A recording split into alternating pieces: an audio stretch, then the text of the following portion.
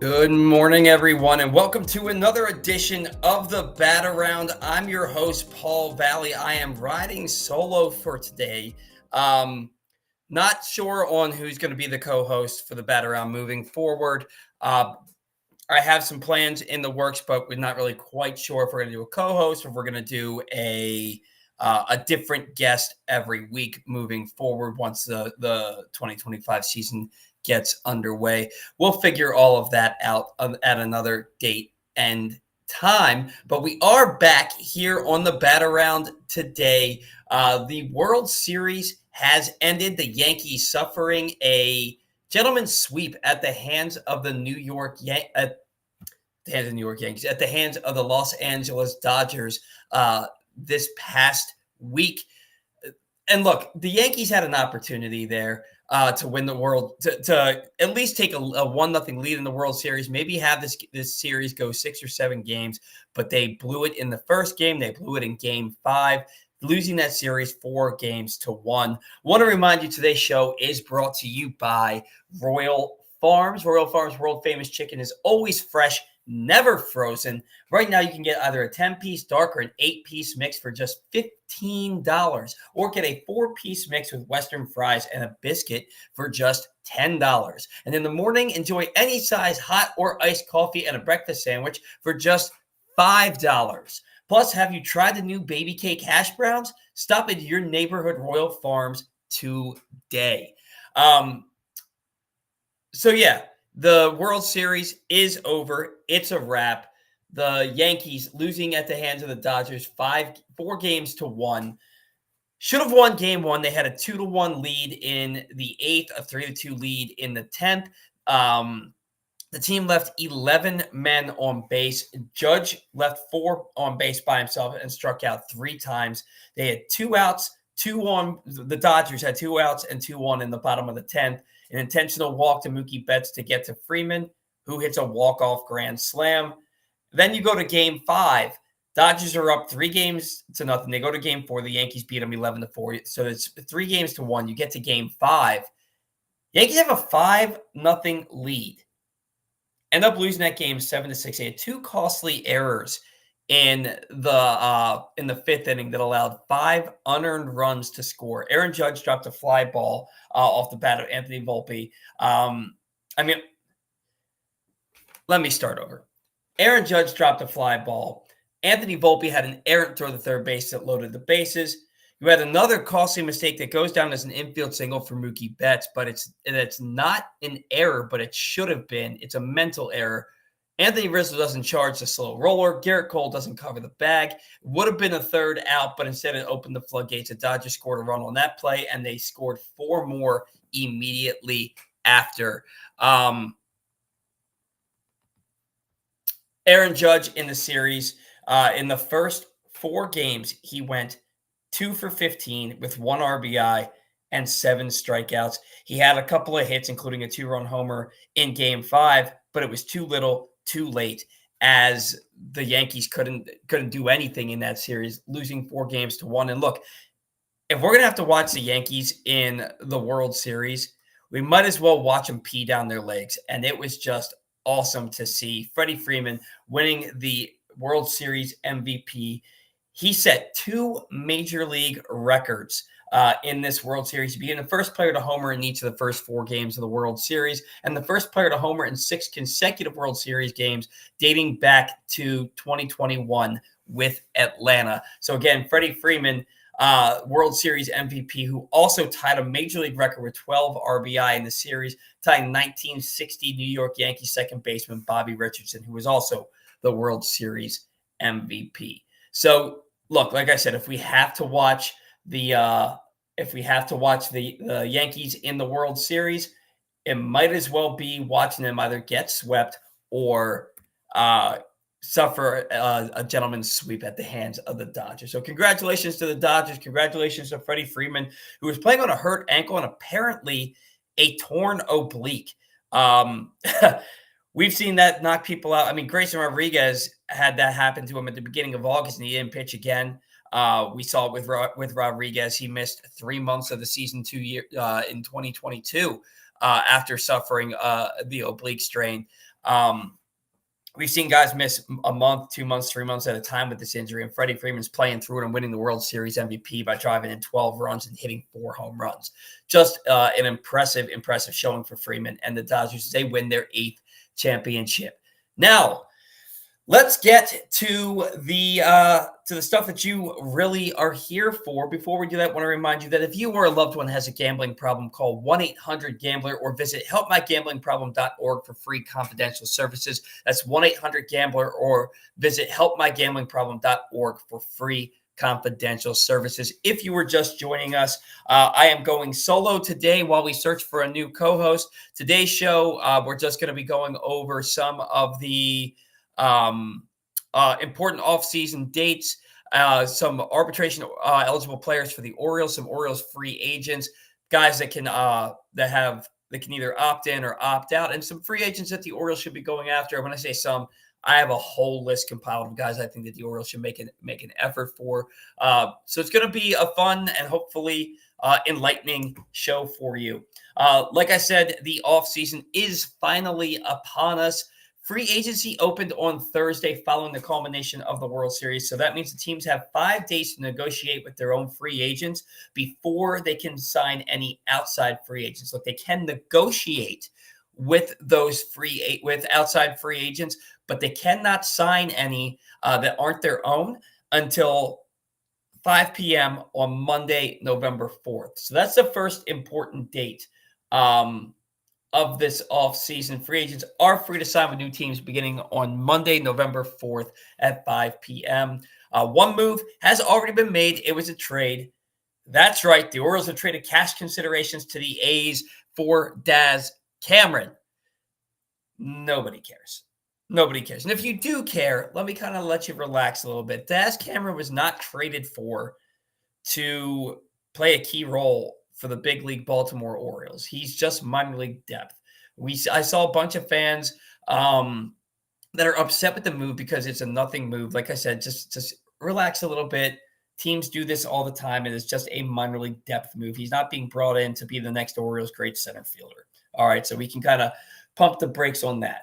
The big trade that I'm actually talking about is the Angels trading Griffin Cannon. He was a right-handed starting pitcher with a career 4.78 ERA. He posted a 6-13 record with a 5.19 ERA in 32 games, 31 starts for the Angels this year. He's been traded to the Atlanta Braves in exchange for Jorge Soler. Now, Jorge Soler, you may remember, led the American League in home runs with 48 in 2019 while playing with the Royals. He was also a 2023 All-Star with Miami when he hit 36 home runs. To me, this is an trade. It's like, I don't know, like a Jesus Aguilar type of player, in my opinion. Look, the guy's got some pop. They're going to put him in that lineup to try and protect Mike Trout a little bit. If Mike Trout can even stay healthy, that's a big if these days. I don't think he's played a full season maybe since 2019. And basically what you're looking at is the Angels trying to add some more power to their lineup. Now, look, they claim that they're not done. Well, obviously, the offseason just started, and that this is just the tip of the iceberg. But if you're an Angels fan and if you're an Orioles fan, if this is just the tip of the iceberg and the Angels are planning to be very, very active in free agency and go after some big splash names, keep in mind that Corbin Burnes is a free agent. He lives in California and he grew up an Angels fan. All right, so if they can convince him that Soler is just the tip of the iceberg, and they can make some other signings, they might have a shot at signing Corbin Burnes. I know a lot of us want the Orioles to re-sign Burnes. I don't know how likely that is. We're going to get into that a little bit later in the show. But just something to keep an eye on that, Corbin Burnes' hometown team is the LA Angels, and they could make a push for him this offseason. I still expect him to end up on the West Coast, either with the Dodgers or the Giants, or maybe even the Padres. We'll see. But just something to keep an eye on. Some other important dates. Qualifying offers must be extended to players by Monday at 5 p.m. Eastern. They have till 4 p.m. Eastern on Tuesday, November 19th to accept the qualifying offer. Now, the qualifying offer is based on the average of Major League Baseball's top 125 paid players, which means that this year's qualifying offer number is $21.05 million.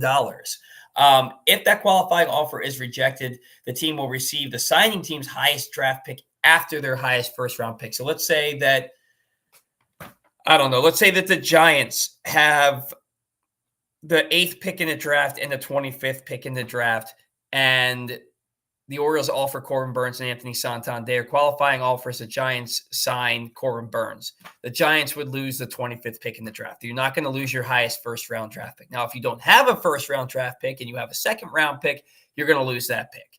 And that's just the way that the qualifying offer works. So any qualifying offer that's rejected, when that player signs with a new team, that team will lose their their next highest pick after their highest first round draft pick to the team that the player was on originally.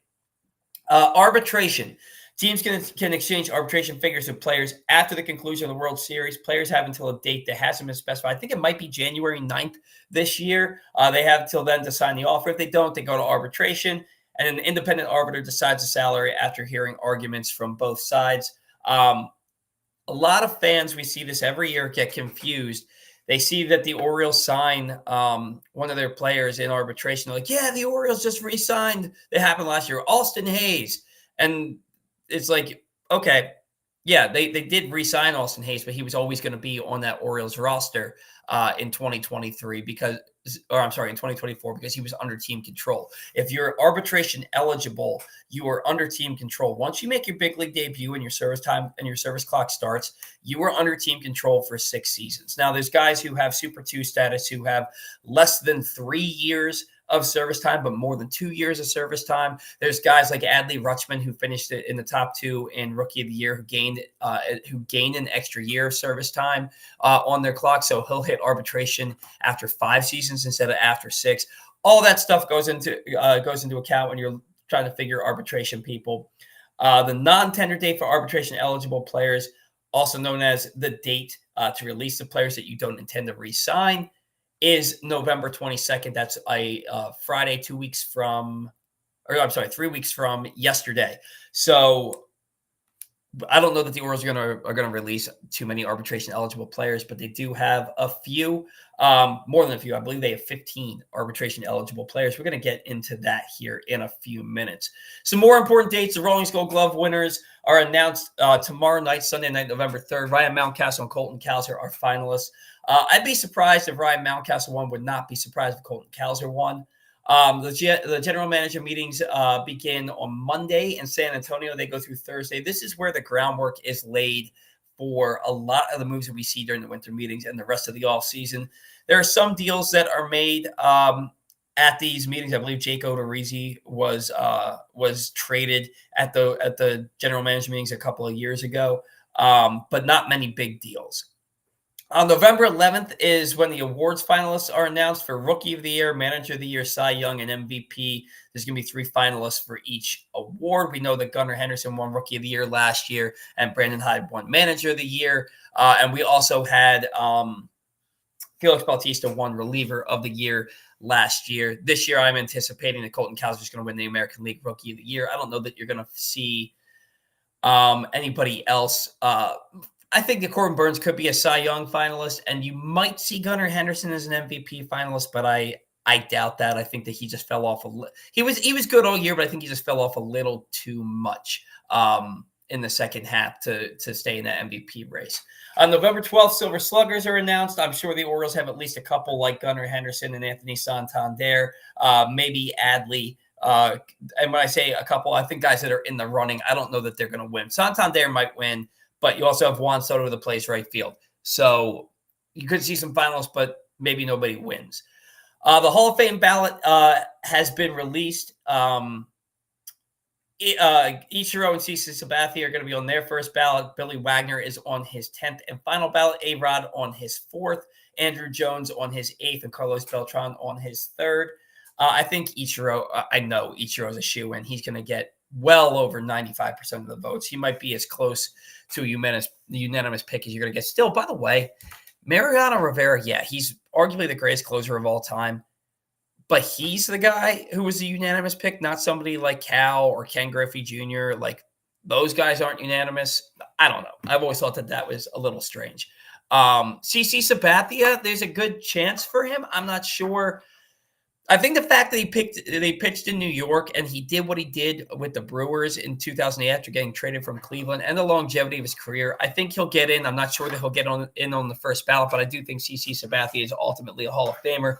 Billy Wagner, I think that he got close the last couple of years. I think he's going to get in this year. A-Rod's never getting in.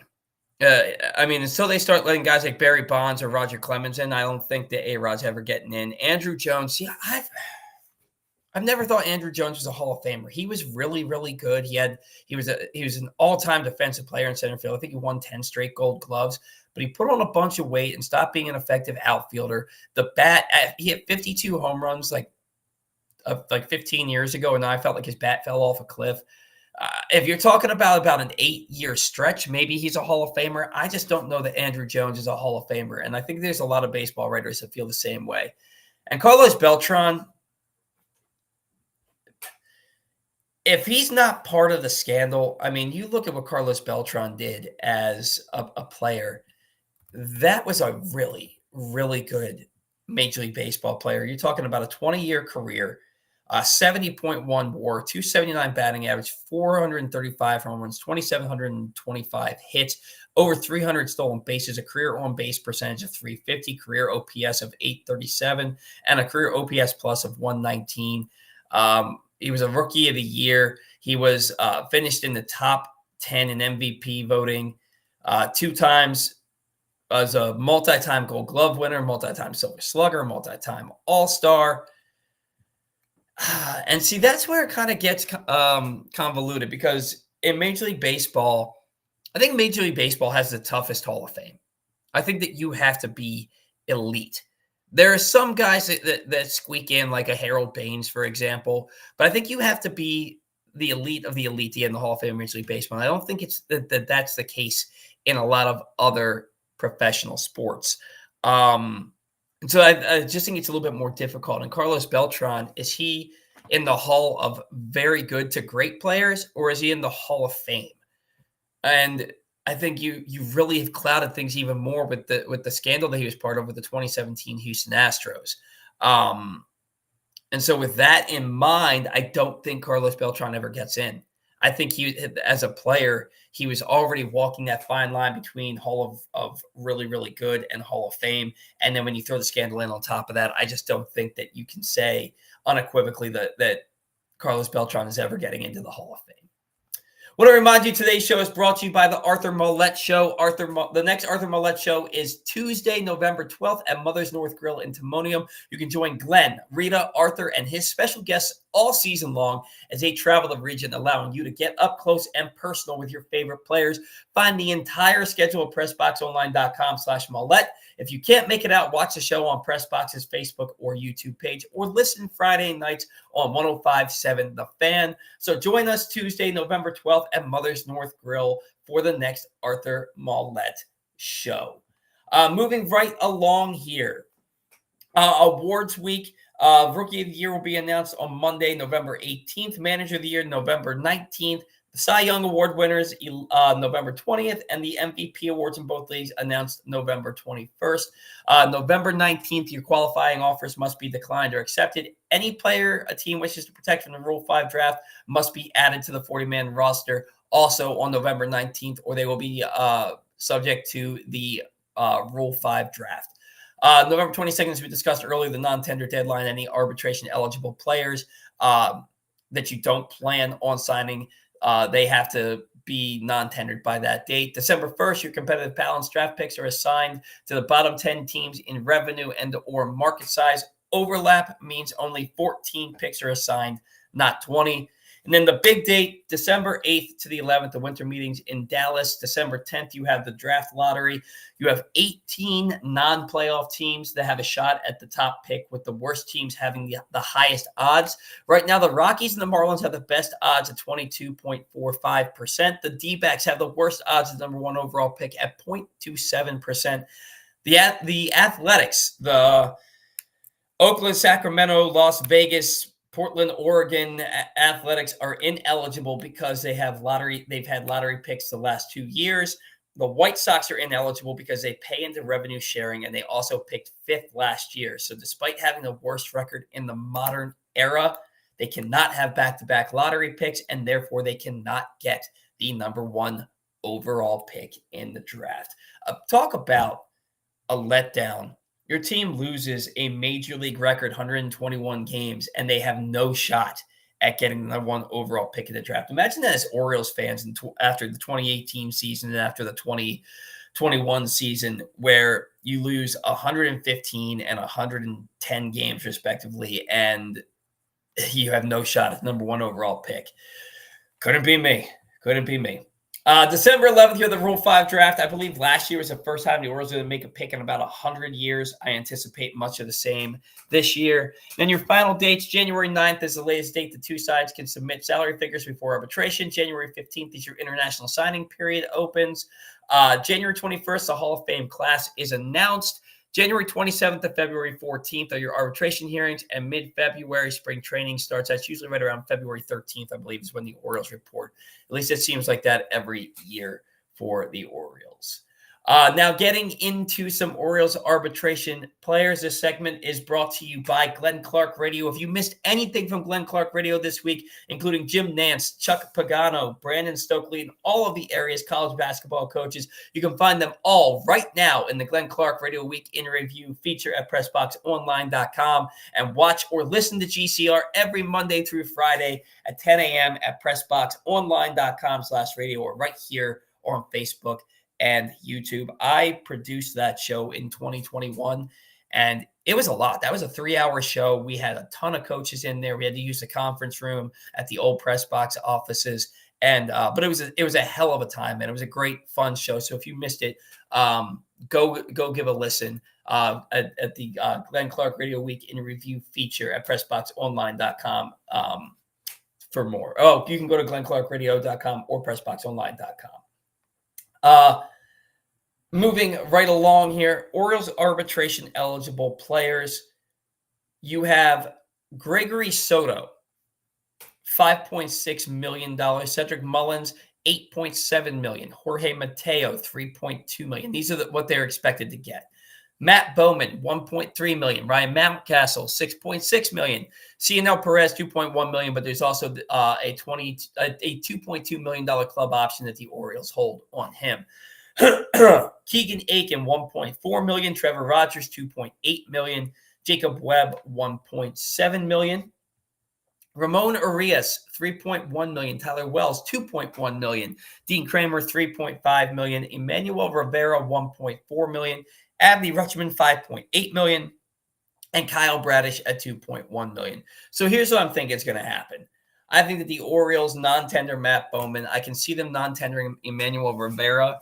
I know that to me, Emmanuel Rivera is a lot like Renato Nunez back in 2019 and 2020. So I would anticipate that the Orioles would non-tender him and they would non-tender Bowman. Soto is going to be back. Obviously, Mullins is going to be back. Jorge Mateo, Ryan Mountcastle, Ramon Arias. These are the guys that you kind of have the question mark about, right? Now, Ryan Mountcastle, he's a Gold Glove finalist again this year, but he's been sapped of all power since that 33-homer rookie campaign in 2021. The Orioles moved that wall back, and he has his offense has just crawled in the hole and died, at least power-wise. The average has been a little bit better, but he's also been on the IL for extended periods each of the last 2 years. You also have a club option for Ryan O'Hearn for $7.5 million. I don't know what the Orioles do. I think that they're gonna sign Ryan Mountcastle in arbitration. I think that they might pick up that option on Ryan O'Hearn, and then we could see a trade. I would much rather the Orioles go out and get an everyday player at first base, somebody like Christian Walker or Pete Alonso, rather than have that platoon, have two guys who had absolutely no power down the stretch for the team, and one of them in Ryan O'Hearn, who's just not a great defender. I'd rather you go out and get somebody like Christian Walker. He's a former Oriole who hits for a ton of power, and he plays Gold Glove defense at first base. He might get a qualifying offer, but I would rather see the Orioles go sign him than go with that platoon again. With you got nothing out of first base this past year if you're the Baltimore Orioles, and I don't know how you sign up to do that again. I don't know how you do it. But I'm not the person making those decisions. We will certainly see. Cionel Perez, they're going to pick up that club option. Everybody else on here, they're all going to be back. Ramon Arias and Jorge Mateo, they are I think there's a spot on any big league team for a guy like Jorge Mateo. He can play infield. He can play the outfield in a pinch. He's got great speed. He's an elite defender at shortstop and second base, and he's an electric player. Look, the offense was kind of really struggling for him, but I don't think it's a coincidence that the Orioles offense just completely disappeared after he got hurt. He wasn't really a guy who you turn to for the big hit in a given situation, but he was a spark plug for the team, and his energy on the field is infectious, and he's just a great defender. And then once he goes out and he basically has Tommy John surgery, that offense just disappeared. And you have him batting ninth with Gunnar batting first. Anytime he gets on base, he's a threat to go. Now, look, he only had 3 stolen bases since the beginning of June before he got hurt. So he wasn't running a ton, but I just think that a guy like Jorge Mateo should be back. Ramon Arias was arguably the Orioles' best offensive player in the second half of the season and really stepped up into a huge role and produced when Jordan Westburg got hit by that pitch and broke his hand on July 31st. And then Ramon got hurt, and then you saw what happened to the offense after that. He came back and he hit pretty well towards the end of the season, had a couple of hits in the postseason as well. One of a few, only like 2 guys to hit in the postseason for the team, he and Cedric Mullins. It's crazy because Brandon Hyde's going to play him if he's on the roster, and he's a good player. He's a solid player. He can play good defense at third base and at second base. He can play shortstop in a pinch, and he's really good with runners in scoring position. Is he an everyday player for your team when you have guys like Jordan Westburg and and Jackson Holliday on your roster? That remains to be seen. It'll be interesting to see what the Orioles do with Ramon Arias. Now, he's only projected to make $3.1 million. You can do a lot worse than him as a utility infielder.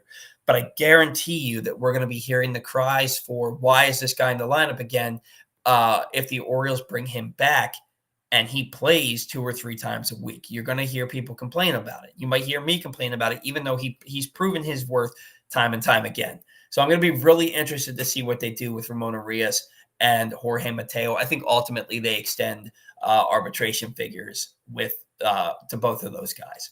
And everybody else, Bradish, Rutschman, duh. Dean Kramer, duh. Tyler Wells, yeah. Jacob Webb, Trevor Rogers, Keegan Aiken, Cedric Mullins, Gregory Soto. Those guys are all back. I think the only one that I can unequivocally say won't be back is Matt Bowman and potentially Emmanuel Rivera. As for players with options for the Orioles, Eloy Jimenez, he's got an option this year for $16 million, and for next year for $16 million. There is no chance that Eloy Jimenez is wearing the black and orange again for the Baltimore Orioles unless he signs for like $2 million. So Anthony Dominguez, $8 million option. I suspect he'll be back. I can't imagine that he won't be. The Orioles aren't in a position to be giving up powerful armed relievers for the back end of the bullpen. He was good down the stretch, not great, but I think he'll be back. Ryan O'Hearn, he has a $7.5 million option. He slashed 242, 321, 391, 712 in the second half, which is okay, I guess. But he had no power. He hit 5 home runs the second half of the season. And I got in trouble for this last year when I said that, Ryan O'Hearn is a guy who I just didn't think should be here, that I don't think that you can bank on one resurgent season in 2023 as that being the player that he was. When you look at the rest of his career, he's like a 70 OPS plus guy. And then he went out and he proved me wrong the first half of the season, and I was happy that he did. And then he fell off. He just completely fell off again in the second half. You're going to give $7.5 million to a platoon guy who struggled like that in the second half with no power?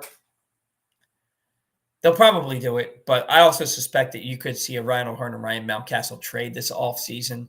Um, I don't know. I don't know, honestly. Keep in mind, if you're following along with the show and you want to leave some remarks, you have any thoughts on this, by all means, please do so. Also, want to remind everybody that I'm going solo today because Ryan Blake has left the show. The cat's out of the bag. Ryan and his new wife Megan are pregnant, and so Ryan wants to spend time with his wife, and he wants to spend time being a dad, which should be coming right around the beginning, first couple months of the season.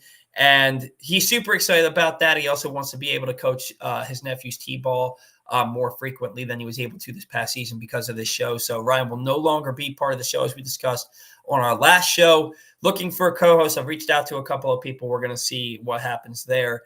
But for today, just me. And based on the viewership right now, maybe Ryan was the spark plug for this show, like Jorge Mateo, right? So if you are listening, watching, following along, and you want to leave a chat that we can discuss at the end of the show, by all means, please do so. As far as players with options, Danny Coulomb, he has an option for $4.4 million. Duh, he'll be back. Zeno Perez, $2.2 million. He'll be back. Now you look at the Orioles pending free agents. Today's show, by the way, is brought to you by the Pressbox print issue. The latest edition of Pressbox is now available. On the cover, Brooks DeBosi profiles the Baltimore-built duo of Julian Reese and Derek Queen as the former St. Francis teammates reunite in College Park with hopes of bringing the Terps back to prominence. Also inside, meet college basketball players from every program around the state. You can find that print issue of Pressbox all throughout the region, including at 60 Royal Farm stores, and you can read it all at PressboxOnline.com. Orioles free agents, the big ones: Anthony Santander, Corbin Burns. Then you have James McCann, Austin Slater, and John Means. God, Austin Slater, to me, I just did not like him. When I saw him not running out ground balls as a utility fourth outfielder, I soured on him very quickly. And if he's back, oh my gosh, Ryan McKenna 2.0. Santander and Corbin Burns are going to get extended qualifying offers. That's a no doubter, right? Because the Orioles are not going to not sign these guys and not get some kind of compensation in return. So Santander and Corbin Burns will receive qualifying offers. They'll each reject them. James McCann, I would really like to see the Orioles bring him back as a backup catcher. Offensively, he can be hit or miss sometimes, but a guy that takes 95 off the nose and stays in the ball game and has that kind of veteran leadership, I think you got to bring him back. I'd love to see him back in a backup role, unless he really truly believes that he can start someplace else on a more regular basis. But the backup catcher in Baltimore gets a lot more playing time because the Orioles like to DH their catchers a lot too. So I think that James McCann could find worse options than being the backup in Baltimore. And then John Means, 2-0, 261 ERA, .871 whip in 4 games started, but he just had a second Tommy John surgery this past season. If he's back at all, it would be towards the tail end of the year. I think the Orioles are going to do right by him. I think they're going to sign him to a 1-year deal with maybe a club option for next year and see if he can help them at all. I don't think that a guy who's barely going to pitch, if he pitches at all this year, is a guy that's going to be let go by this team. So I think John Means and the Orioles will come to an agreement some way, somehow, for this season. As far as everybody else, that's really the only free agents that the Orioles have. Now, if they decline some options on some guys, those guys become free agents, but then you don't really look at the fact at them re-signing with the Orioles. Otherwise, the Orioles wouldn't have released them or not picked up their options. So we're going to look at some potential offseason targets for the Orioles. Today's show brought to you by County Sports Zone. Find every score from every high school sporting event all year long at countysports.zone. Proudly sponsored by your local Toyota dealer and buyatoyota.com. Look, this show is basically just we're talking about what this offseason is going to look like and what the Orioles should be doing and what the Orioles' needs are as we approach the offseason. And we know that David Rubenstein has said, look, I didn't buy a team at 74, 75 years old to not win. I'm trying to speed up this World Series this World Series plan for us. He told Mike Elias, and Mike Elias alluded to the fact that there's money to spend. There's money to be spent. They have the wherewithal to do whatever Elias deems the Orioles need to do to get into contention. We know that the Orioles' needs currently are backup catcher, in my opinion, first base, a right-handed hitting outfielder and DH, an ace starting pitcher, and relief pitching. A lot of good free agents that are available. It's just a matter of do the Orioles want to sign them. So let's look at it with hitters. Juan Soto. Juan Soto is a player that every team needs. The Yankees need him. The Dodgers need him. The Cubs, the Red Sox, the Guardians, the Orioles, any team, the Padres, any team out there needs Juan Soto. I think that the heaviest suitors are going to be the Yankees, the Mets, and the Giants. The Orioles, in my opinion, win the offseason if they sign Juan Soto. He's going to get in the neighborhood of 10 to 12 years, $600 to $700 million. Can the Orioles afford that? Yeah, they can afford that. And still, despite when some people say the Orioles can afford to sign Juan Soto and still sign another ace starting pitcher and Gunnar Henderson, they can do that. Will they? I suspect that you'll hear Mike Elias say that that's just not the ballpark that they play in, which would suck.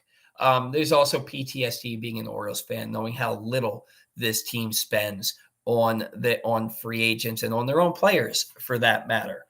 Juan Soto, I think, would be the biggest pickup of the season, of the offseason for any team, and I think that the Orioles should be playing in that arena, but I don't think that they will. Alex Bregman, he's not going to come here. I think he re-signs with the Astros, but the thing with Alex Bregman, all of his home runs last year, if he played his entire season at Camden Yards, he would have hit 12 home runs last year. 12. So Alex Bregman, there's not a chance in hell that Alex Bregman is a Baltimore Oriole. Pete Alonso, he's interesting because he has all the power in the world to combat Mount Baltimore out there. Does he go back with the Mets? Does he sign with the Yankees? Do the Orioles make a play for him? I think they probably want a little bit better defense at first base, but if the Orioles are looking for a power righty bat to add to the middle of this lineup, they could do a hell of a lot worse than Pete Alonso. Willie Adames, we heard those two guys on 105.7 The Fan on the afternoon show talking about Willie Adames and how the Orioles should sign him to play shortstop and move Gunnar Henderson over to third base and move Jordan Westburg to second base. And look, if the Orioles did that, that's fine. What do you do with Jackson Holliday? Do you trade him? Are you giving up on him that quickly into his career? The kid's still just 20 years old. I don't think he turns 21 till December.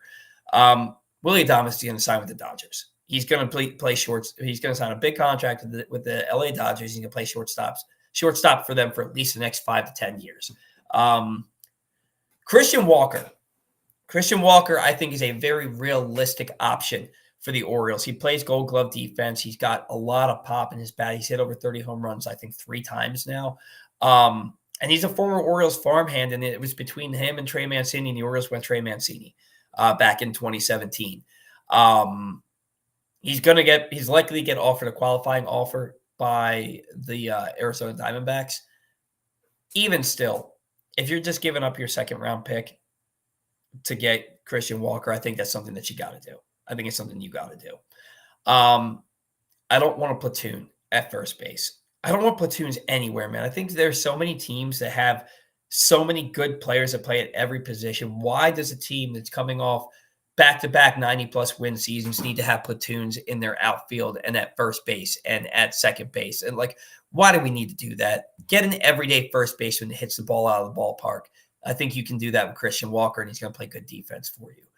Teoscar Hernandez, that's another guy I really want in Baltimore. This is a guy who had 33 home runs this past year. If he played every game in Camden Yards, he still would have hit 28 home runs. That's according to his Baseball Savant page. So Teoscar Hernandez, he struck out 188 times this past season. Shohei Ohtani struck out over 160 times. Do you want him? Judge struck out over 160 times. Do you want him? I'm willing to deal with a lot of strikeouts for a guy that's going to hit 270 and hit 30 home runs. I'm willing to deal with that. But I would love to have Teoscar Hernandez. And he seems to be a a big clubhouse presence wherever he goes. A few years back with the Blue Jays, he was one of the best players on the Blue Jays, if not their best hitter. Back, I think it was in 2022. Teoscar Hernandez is a guy who I would love to see in Baltimore. I ultimately think he re-signs with the Dodgers. The more I think about it, but I'd love to see him.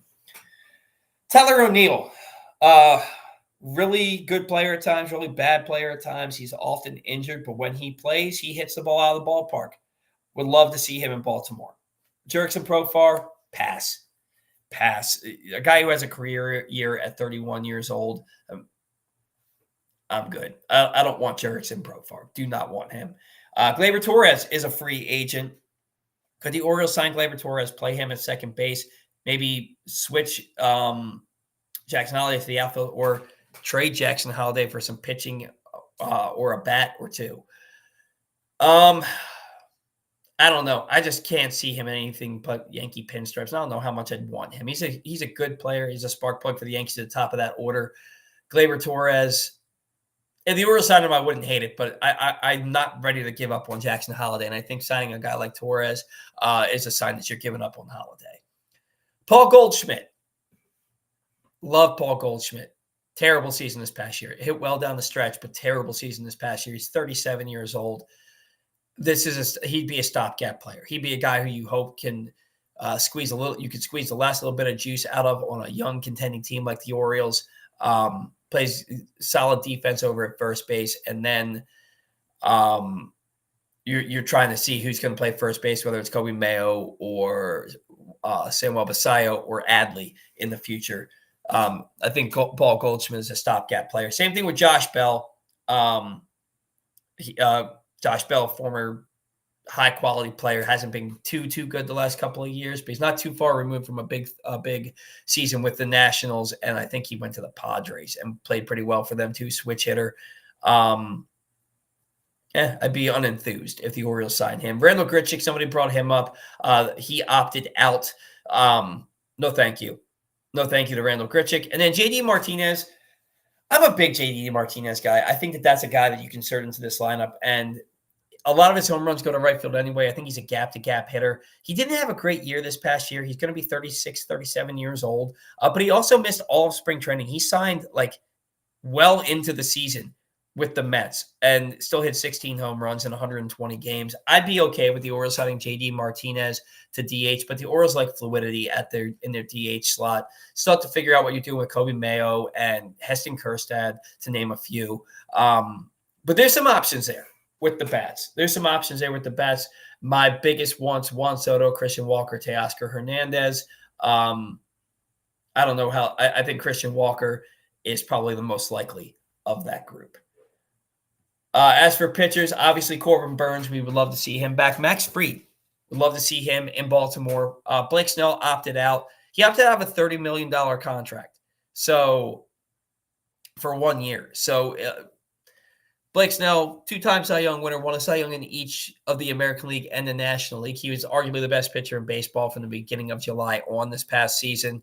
Terrible the first couple of months of the year, but really, really phenomenally good. Excellent the last 3 months of the season. And if you sign him, he's got a full offseason and a full spring training with the ball club to hit the ground running. The only issue is he doesn't get very deep in the games. Yeah, he threw that no-hitter in August, I think it was. He threw the no-hitter. But he other than that, he barely goes 6 innings in a start. He's usually a 5 1/3, 5 2/3 innings type of guy. Still, would love to see him in Baltimore. I saw somebody project, I think it was Jim Bowden, projected him to sign for 3 years, $140 million in Baltimore. I don't know how likely that is, but I wouldn't mind seeing him. But ultimately, I think Walker Buehler is a free agent also. There's a number of guys on this list. You got Corbin Burns, Max Freeman, Blake Snell, Yusei Kikuchi, Justin Verlander, Charlie Morton, Shane Bieber, Max Scherzer, Lance Lynn. Guys like Verlander, Lynn, Morton, and Scherzer, I think that there's still a little something left for all those guys. I think that they're all still quality pitchers. And I think that those are guys that you maybe sign to a 1-year deal with an option for the next year because you know that you're going to get Bradish back towards the end of the season and hopefully have him healthy for all of 2026. And so if you're going to have him, potentially you re-sign Eflin next offseason and then Grayson Rodriguez, you're okay with not having a guy like Scherzer or Verlander or Lynn or Morton. I think that they're all still quality pitchers, but those are guys who are more stopgap guys, like if you were to sign Paul Goldschmidt. The guy on this list, I do not want Jack Flaherty. I don't care how good he was with the Dodgers and the Tigers this year. I saw too much of crap from him in Baltimore in 2023 to think that an implosion like he had in Game 5 of the World Series, despite the fact that Dodgers still managed to win that game.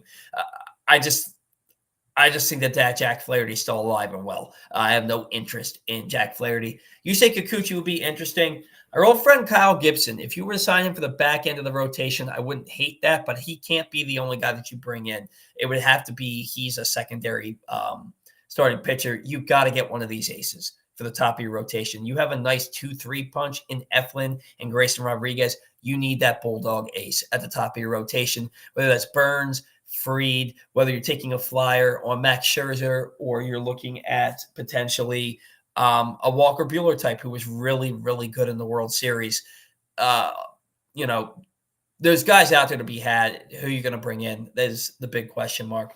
As far as relief pitchers, there's really only 3 options that really stick out to you right now, and that's Tanner Scott, Aroldis Chapman. Sorry, I threw up in my mouth a little bit, and Clay Holmes. I don't know, man.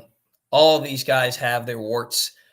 Tanner Scott, the walk rate, 6.5 walks per 9, I think it was last year. 2023 was the anomaly for him, not the standard. I don't even want to get into it. The Orioles need relief help. They do have Felix Bautista coming back. They're going to have Danny Coulomb, Ciano Perez, Keegan Aiken, Sir Anthony Dominguez, Gregory Soto. They need another reliever or two. I think these 3 guys view themselves as closers. So we'll see what they do. I don't know enough about relief pitchers to be able to speak firmly on who they should bring in. You also have some opt-out candidates. Cody Bellinger, Garrett Cole, Mitch Haniger, Sean Manaea, Nick Martinez, Emilio Pagan, Wandy Peralta. If Cody Bellinger opts out, I would love him in Baltimore. He can play first base. He can play the outfield. I was beating that drum loud as hell last offseason. If he were to opt out, I think that the Orioles are going to be too focused on a right-handed bat, but I would love to see Cody Bellinger in Baltimore. Garrett Cole, even if he opts out, he's re-signing with the Yankees. Mitch Haniger, no. Sean Manaea as a number 4 or 5 starter, sure. Nick Martinez, same.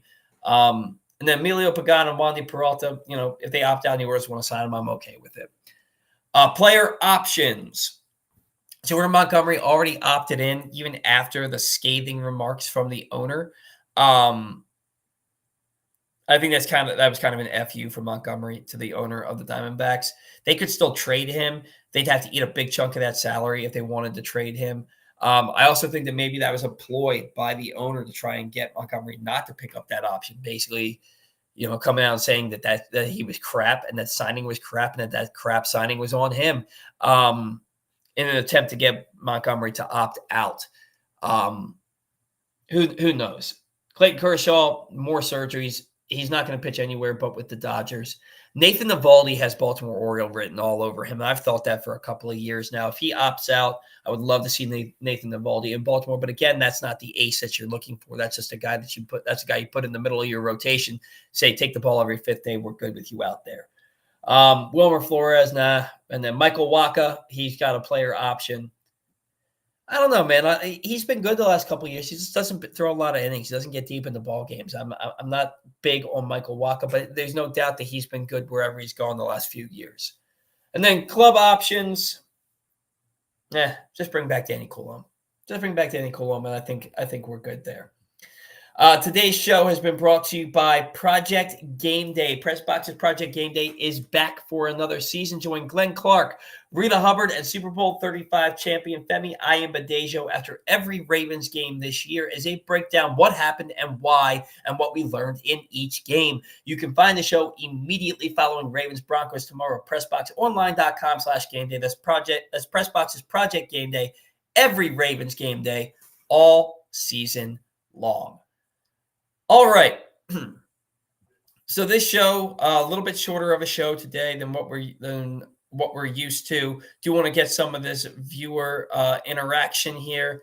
Guys, I got in a little late, I think. Adit back and he says, you take a chance on a 2-year deal with Bieber and let him rehab for the first half of 2025.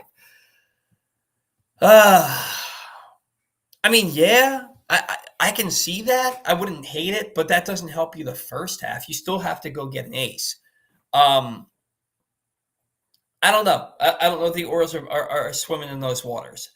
I just think that their focus is going to be on guys who help them immediately, not guys because they already have their own guys that they're trying to rehab, like John Means and Kyle Bradish. Maybe, but I doubt it. I doubt it. AJ says Teoscar, Fried, or Snell, along with Bueller or the Japanese pitcher. I forgot about the Japanese pitcher. I can't remember his name, but he still has to be posted, and he might not be. Golly, if you got Teoscar and Fried or Snell along with Walker Bueller, that's a big offseason. The Orioles are going to make a few signings. I think they're going to make more than one splash. Would love those guys. Would love those guys. Just really not sure what they're going to be willing to do. And look, this team can say till they're blue in the face, we've got money to spend, but we've all been burnt by this team for so long. Like, I think that the last big offseason that this team had was 2004 or the 2003 winter meetings when they got Miguel Tejada, Javi Lopez, and Rafael Palmeiro. Unless you go to in 2010 when they traded for J.J. Hardy and Mark Reynolds, that was a big offseason. I don't know, man. There's a bunch of guys I think the Orioles could and should sign. Will they? And here's the thing. I think that really Mike Elias could go to David Rubenstein and say, hey, I want to sign this guy, that guy in the third. And Rubenstein would say, okay. So I think what it really falls on is it falls on Elias's shoulders. Who does he think helps his ball club the most? And is he going to have, shallow pockets despite David Rubenstein giving him the wherewithal to spend the money he needs to spend? I doubt that they go get a guy like Juan Soto where they're going to have to spend $60 million a year. I doubt that happens. But could they get Teoscar and Fried and Walker Bueller? God, I hope so. This is a big offseason for this team, and I'm excited, but I'm also nervous. Like I'm like super nervous that they're going to do something that's just going to piss everybody off, myself included. And when you do this show on a weekly basis, it's really, really difficult when they make moves that you don't agree with, like bringing Brandon Hyde back. Moving on. AJ also said Flaherty and Burns will not come back for the same reason Chris Holt will not come back. They all dislike Hyde. Yeah, Chris Holt's gone. The Orioles have basically cleaned house with their coaching staff. Ryan Fuller, Matt Borgasciolti, I think that's his first name. Who the hell cares? He's with the Twins. Both hitting coaches gone. Chris Holt, I thought it was a big mistake moving Chris Holt from the pitching coach role to the director of pitching for the franchise or for the organization. Drew French is still here, I believe, as the pitching coach. I just think that's a big loss for the Orioles. And when you see all these guys with a max exodus, it kind of makes you scratch your head. I cannot believe that they gave Brandon Hyde that vote of confidence when to me it was apparent that I think he lost the clubhouse. I think that guys like Corbin Burns just did not like him. I really think that you put the final nail in your coffin for signing Corbin Burns and you announced that Brandon Hyde would be back, and when you did it so quickly. But again, we all know it's been well documented how Paul Valley feels about Brandon Hyde. AJ, Bellinger would be amazing. Oh my God, man. Bellinger would be the ideal signing for this team if it's not Juan Soto, because this is a guy that you can plug into your outfield. You can plug in at first base. He can DH for you, and he can hit the ball out of the ballpark. I am a big Cody Bellinger fan. I just think he's a fun player, and he would be so good at Camden Yards. My God, would he be good at Camden Yards? If he opts out, I'm going all eggs in that basket, but I don't know. I think that the Orioles are really focused on right-handed hitting power hitters. I really do. AJ says Coulomb and Sir Anthony. Yeah, they're going to be back. They're going to pick up the options on both those players. They're absolutely going to be back for this ball club. I don't think that there's any chance that they're not. even at $8 million for Sir Anthony, if he's not the closer and you have him pitching in less of a high leverage role, I think that he's going to be back for the Orioles. Adit, 4 relievers. Will Smith, last 5 World Series winners had someone named Will Smith on their roster. That's crazy. Whether it's the pitcher or the catcher, that's crazy. I'd love to have Will Smith. Bring in Will Smith. But I don't know. Yeah, I keep thinking of the catcher Will Smith as a pitcher Will Smith for the Dodgers. I wouldn't have an issue with bringing in Will Smith. But the Orioles need relief help. They need starting pitching help. Ultimately, if I had to make a guess at what the Orioles do, not that you asked, but I'm going to give you a guess.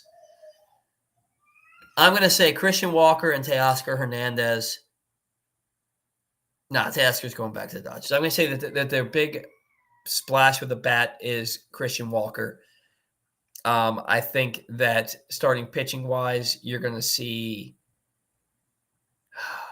If we're just going based off free agents, starting pitcher wise, I think that they're going to sign somebody like I'll say Max Fried and Kyle Gibson.